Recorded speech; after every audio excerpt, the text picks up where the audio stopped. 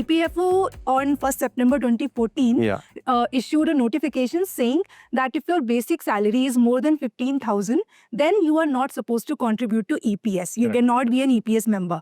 But if you have been an EPS member before this date, before 1st September 2014, then your contributions will continue. But what we have seen that people who have joined workforce after 2014, after 1st September 2014, and still employers are deducting their EPS contribution. Then what do these people do, and why are employers doing that? See, what happened when this circular came in, that is, the circular came on 31st of August 2014. Okay. Clarifying all those things, that any employee who is joining after 1st September 14 and the basic pay is beyond 15,000 rupees, so these employees will not be enrolled as a EPS members. But the clarity was not there, and there was a misconception with the employers what to do, when to implement, because this was some new change. Okay. So no that's why timeline was given. No, there was no timeline. 1st September 2014. There was cutoff was there. Okay. So what happened, that there was a rolling over by a lot of employers. That's the only reason why these contributions were deposited with the EPFO. Now, the immediate remedy was that employer should stop after 1 month, 2 months, 3 months, and then, claim back that money from EPFO. And that this money is required to be again remitted back to the PF of the individual employees. Yeah, the same year it could have. Same year. This should have happened the same year only. Yeah. But what happened was this kept on happening. Even now also, there are a lot of employers who are not following it, and they are still, remitting the money to EPS. Now, the thing is that this money, although it is getting remitted, but employees will never get this benefit of pension at any given period of time. Okay, so even though their salary is going into EPS, the contribution, but they will never be eligible for pension. Another flip side.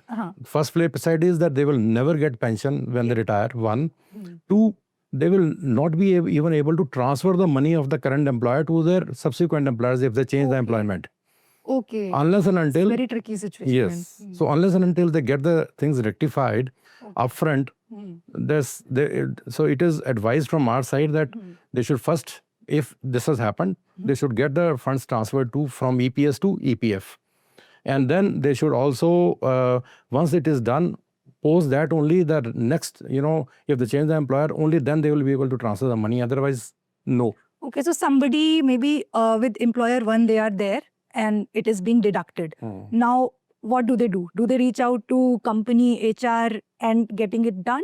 Yes. Or can they go online EPFO website? No. It has to be routed through employer only. Employer only. Yes, employer only. Okay. So employees cannot, directly, they cannot directly approach EPFO. Though they can give representation, but ultimately it has to be done through employer credentials only in the EPFO portal. Okay, and if somebody has joined employer 2, so the next employer may not be deducting EPS, and with first employer it has happened. Yes. Now that money is lying standalone with employer 1 and employer 2, new fresh contributions have started. Yes. And both are not merged, so that could very well be an issue. So in that case, our suggestion to employees are that there is a mandatory form 11. When they fill 11, they should themselves be knowing this fact that they were not eligible to become EPS member, but it has been incorrectly done by the previous employer.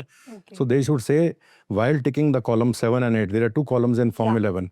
Right. So while ticking those columns, they should always say they were not member of EPS.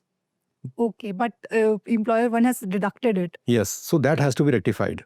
Okay, so that should get rectified. It's a different procedure, but with employer 2, at least they can get it rectified. Correct. So, otherwise, it will again be an issue with employer 2 also. Yes. Yeah. So if they adopt this type of practice, so any change in subsequent employers will have a smooth transfer of PF. Okay, so the crux is that if employer 1 has deducted your EPS even though you were not eligible for it, so when you join a new employer, then you will be asked to fill up form 11. Everyone who joins a new company, they're supposed to fill up form 11. And in that form 11, if you look at 7 and 8 point, 8th point is related to EPS. In that, you have to say that you have never been an EPS member. Correct.